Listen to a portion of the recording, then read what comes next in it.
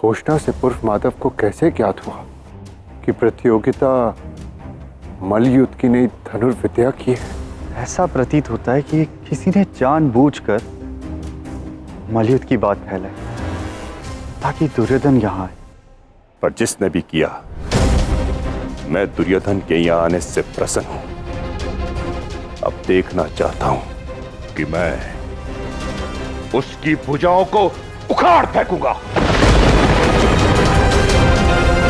ज्येष्ठ, माधव की कही हर बात सत्य निकली है। अब उसकी किसी भी बात पर या उसके दिए हुए सुझाव पर संदेह करना अनुचित होगा। हमें स्वयंवर में जाना ही होगा ज्येष्ठ। हाँ भैया, अब तो हमारा जाना आवश्यक है। हाँ भैया, अब तो हमें अवश्य जाना चाहिए।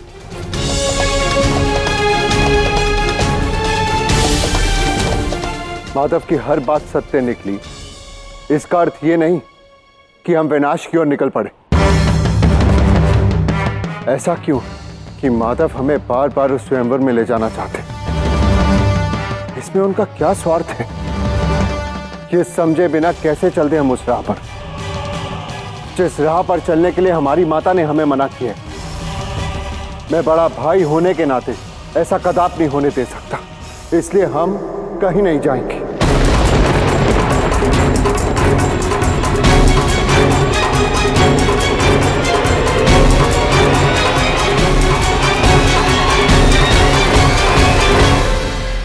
जय श्री राम, जय श्री राम, जय श्री राम, जय श्री राम, जय श्री राम।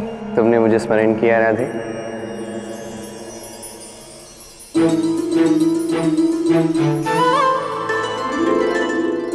नहीं तो, मैं तो राम नाम का जाप कर रही थी, उन्हें स्मरण कर रही थी। बात तो एक ही है।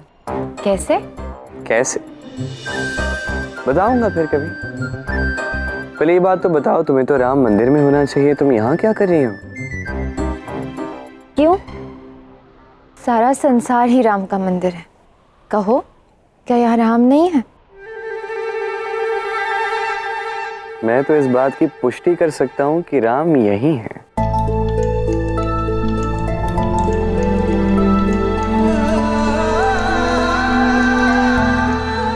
ये क्या रहा था?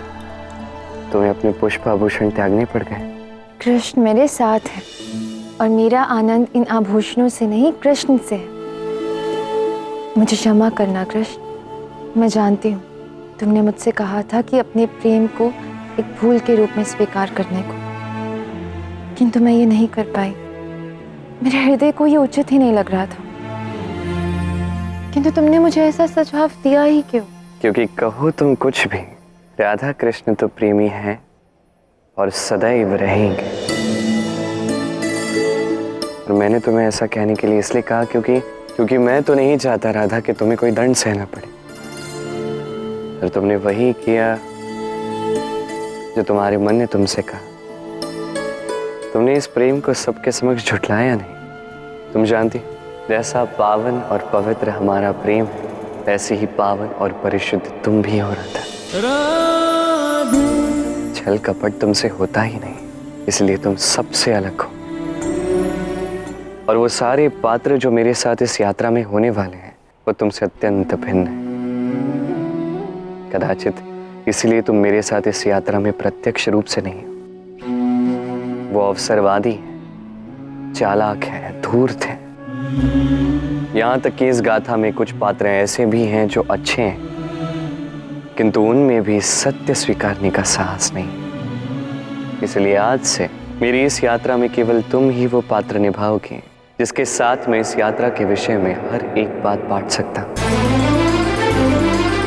मैं भी कृष्ण, राधा कृष्ण की यात्राएं अलग अलग होंगी, उन्हें चलना भी अलग अलग ही होगा, किंतु वो अपने अनुभव एक साथ बांटेंगे। इसी प्रकार वो अलग होकर भी एक ही होंगे।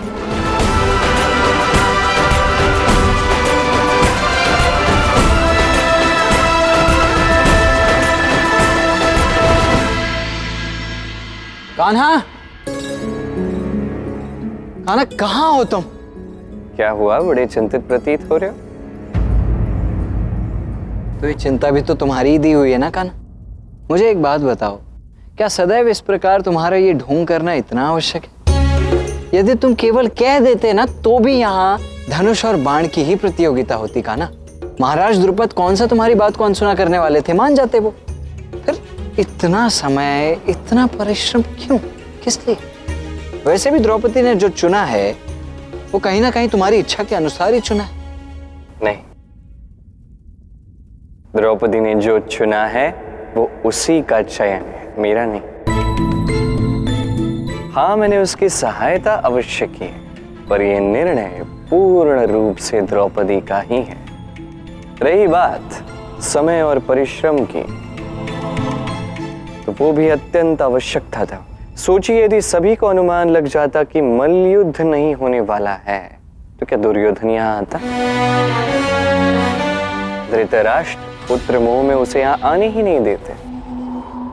फिर न आता शकुनी, न दुशासन, न ही कर्ण। तत्पश्चात यदि धनुर्विद्या की प्रतियोगिता ना रखी गई होती तो क्या अर्जुन आता? सही समय पर सही जानकारी मिलना अत्यंत आवश्यक था। ये खेल खेलना अत्यंत आवश्यक था,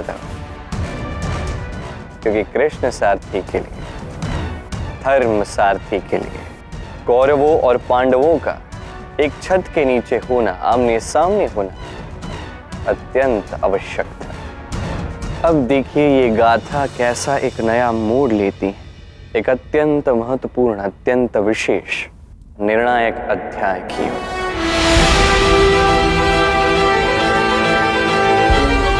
यहां चुना जाएगा कृष्ण का सारथी।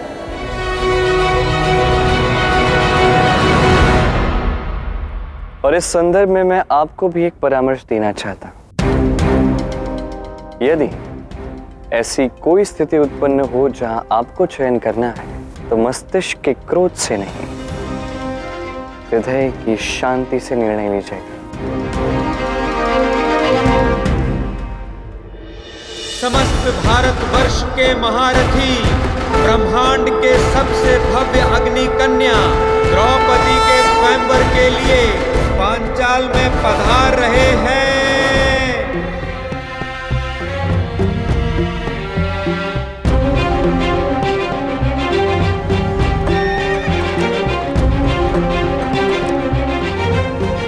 द्रौपदी, तुम यहाँ खड़ी हो और वहां सभी राजाओं का आगमन आरंभ हो गया है।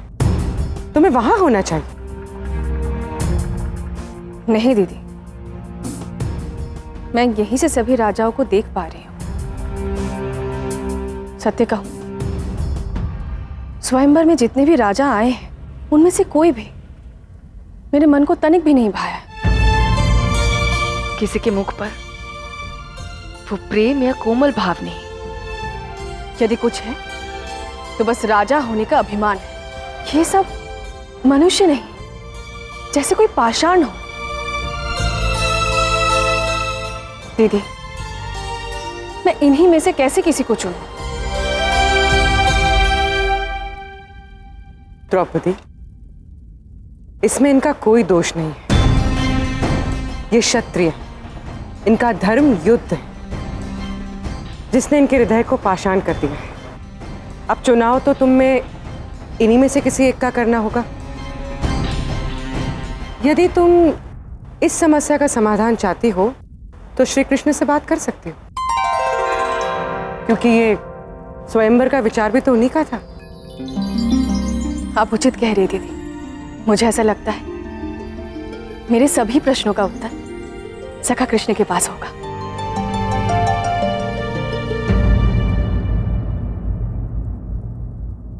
किंतु सखा कृष्ण है कहाँ? विवाह के प्रबंधों में वो इतने व्यस्त हो गए हैं, वो मुझसे मिल भी नहीं रहे। एक क्षण में यहां दिखते हैं और दूसरे क्षण में कहीं और। मुझे तो संदेह हो रहा है कि एक ही व्यक्ति एक ही समय में 5-5 अलग अलग स्थानों में कैसे दिख सकते हैं। दीदी,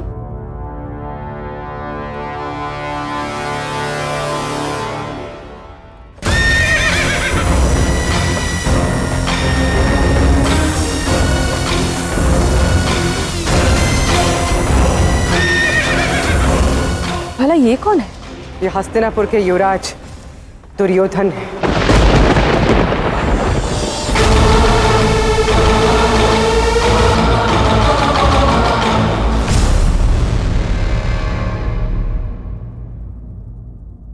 और वो कौन है?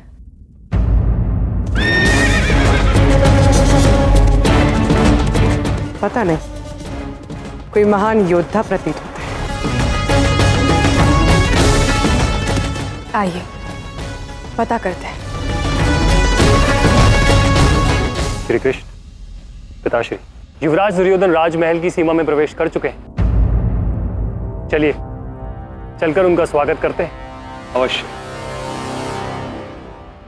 श्री कृष्ण, हस्तिनापुर जैसे महान और शक्तिशाली राज्य के युवराज आज हमारे राज्य में पधारे हैं। ये गौरवपूर्ण क्षण आपके ही कारण है। मेरे कारण कदापि नहीं, ये सब द्रौपदी के कारण है। आज भारतवर्ष का हर एक व्यक्ति आपकी पुत्री से विवाह करने के लिए आतुर है। मैं अपनी पुत्री के वर के लिए हमेशा अर्जुन की ही कल्पना की है। मैं हमेशा से यही चाहता था कि मेरी पुत्री अर्जुन से विवाह कर हस्तिनापुर ही जाए। हस्तिनापुर और पांचाल के घनिष्ठ संबंध है और विवाह के बाद ये अटूट हो जाते हैं। लेकिन अर्जुन तो अब रहे नहीं और युवराज दुर्योधन मेरी पुत्री के योग्य वर होंगे अथवा नहीं, इसमें मुझे संदेह है। भ्राता दुर्योधन जो है अत्यंत श्रेष्ठ योद्धा है, शक्तिशाली योद्धा है, परंतु आपकी पुत्री के लिए योग्य वर है या नहीं, ये तो परीक्षा के पश्चात ही पता चलेगा। भ्राता दुर्योधन आपके भ्राता हैं? हाँ, पांडव मेरी बुआ कुंती के पुत्र थे, वो मेरे भाई हुए। कौरव पांडवों के भाई तो वो मेरे भी भाई हुए। और मैं भाई होने का तो पूर्ण लाभ उठाऊंगा। अत्यंत कठिन परीक्षा लूंगा भ्राता दुर्योधन की।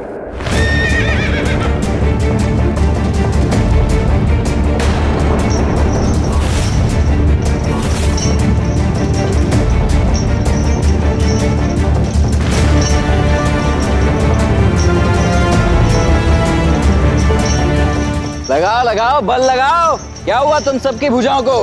बल कहाँ गया तुम्हारा? अरे भोजन नहीं किया आज? सारथी रथ रोको।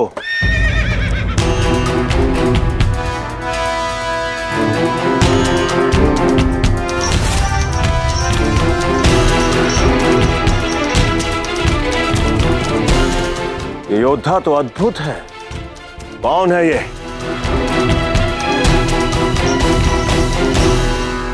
सुनो दुर्योधन, हम यहाँ जगत सुंदरी द्रौपदी के लिए आए हैं, किसी व्यर्थ व्यक्ति से नहीं जो मिट्टी में लिप्त खड़ा है। चलो, महाराज द्रुपद हमारे स्वागत की प्रतीक्षा कर रहे हैं। सारथी चलो। मामा श्री, आप स्वागत ग्रहण कीजिए। मैं इस योद्धा से मिलकर आता हूं।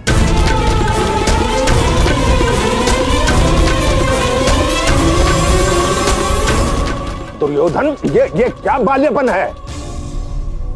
न्योता तुम्हें मिला है, मैं स्वागत ग्रहण कैसे करूंगा? आ जाओ रथ पर, महाराज द्रुपद हमारे स्वागत की प्रतीक्षा कर रहे हैं। आ जाओ भांजे। दुर्योधन,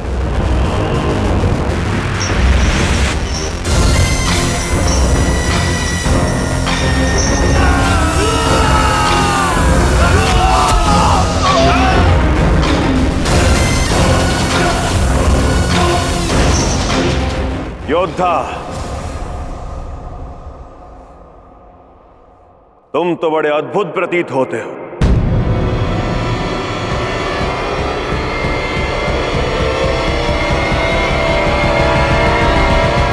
दुर्योधन, मैंने आज तक इतना शक्तिशाली योद्धा नहीं देखा।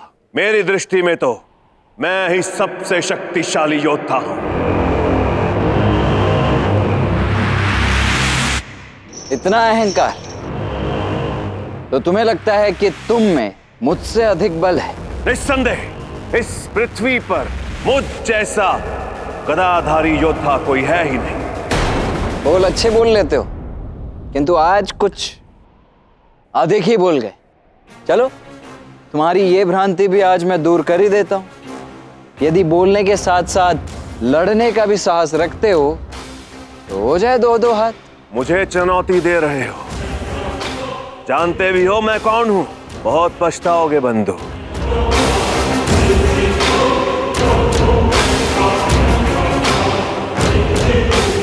लड़े भी हो कभी, या यूं ही व्यर्थ के प्रलाप ही करते रहते हो?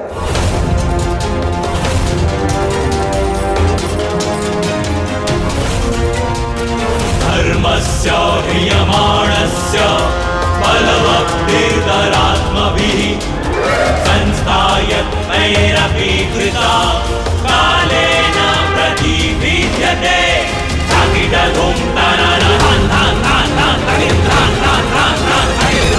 दुशासन, स्वागत स्थान की ओर बढ़ो। अब तुम कहां चल दिए कर्ण? महाराज द्रुपद हमारे स्वागत की प्रतीक्षा कर रहे हैं। चलो आप आगे बढ़िए गांधार नरेश। मैं अपने मित्र दुर्योधन के बिना स्वागत ग्रहण नहीं कर सकता। आप कर सकते हैं, आपको तो वैसे भी दूसरों के स्थान ग्रहण करने का अभ्यास है ना, इसलिए तो आप अपना गांधार राज्य छोड़कर हस्तिनापुर आ गए। किंतु मैं ऐसा नहीं कर सकता। तुम्हें लग नहीं रहा है कर्ण कि तुम मुझे अपमानित कर रहे हो? मैं केवल सत्य कह रहा हूं।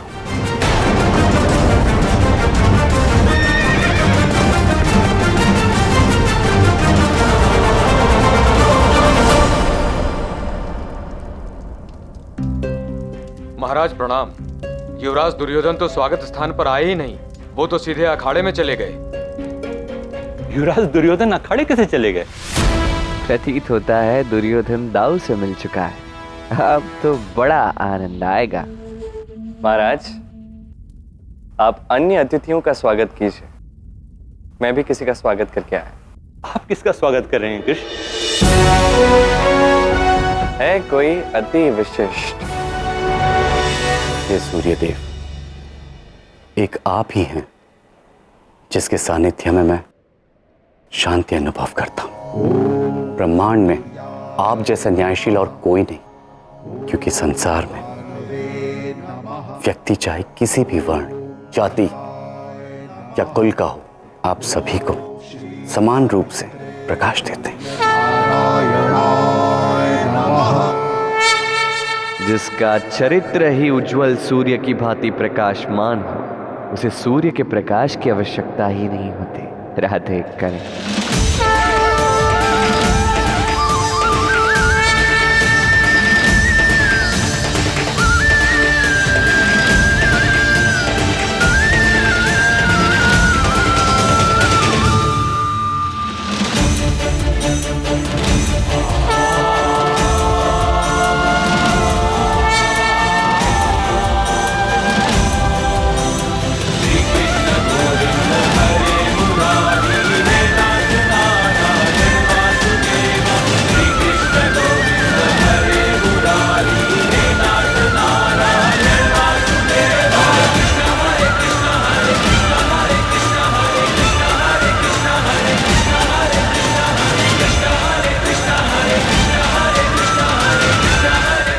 कौन हैं आप?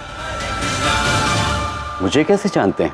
जो कर्म का पुजारी हो वो अंगराज को कैसे नहीं पहचानेगा। आपकी वीरता ही आपका परिचय है, आपका दान ही आपकी कीर्ति है।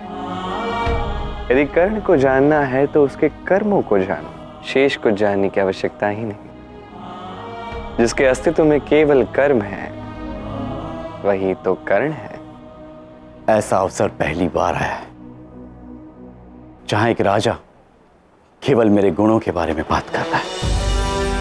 मेरे कुल और वंश में उसे कोई रुचि नहीं, जो केवल कर्म को महत्व देता है, वंश को नहीं।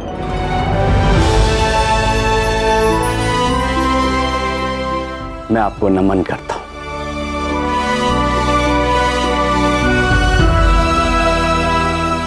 कौन हैं आप? वसुदेव कृष्ण कृष्ण कृष्ण। वसुदेवं सुतं देवं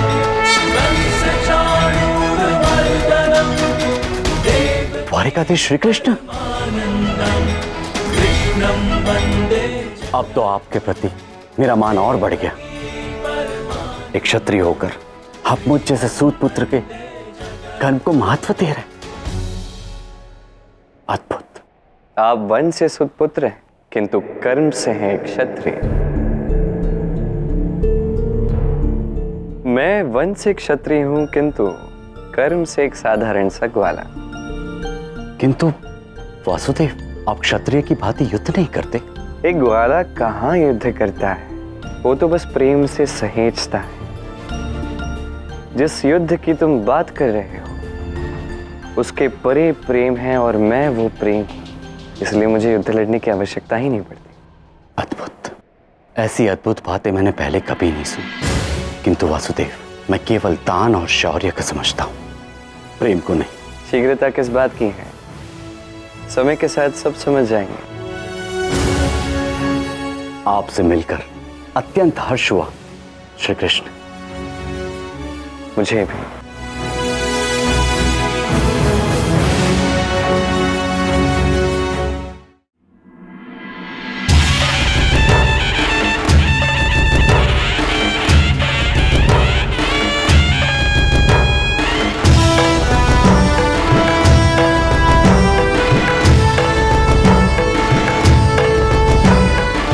आइए गांधार नरेश, आपका स्वागत है। धन्यवाद धन्यवाद महाराज। क्षमा कीजिए, दुर्योधन स्वागत के लिए नहीं पधारे। वो बाहर अखाड़े में किसी व्यक्ति के संग मल युद्ध में व्यस्त है। आप जानता हूं महाराज, ये दुशासन है, युवराज दुर्योधन के प्रिय अनुज। प्रणाम। और ये है मेरे पुत्र धृष्टद्युम्न। युवराज धृष्टद्युम्न, प्रणाम। कोई और तो नहीं आया ना हस्तिनापुर से? कहीं मुझसे किसी का स्वागत न छूट जाए। एक योद्धा आया हुआ है, स्वागत की इतनी आवश्यकता नहीं उसे। किंतु वो है कौन? वो अत्यंत महान और प्रतिभावान योद्धा है, अंगराज कर्ण, और वो उतना ही महत्वपूर्ण है जितना इस स्वयंवर में अन्य कोई युद्ध।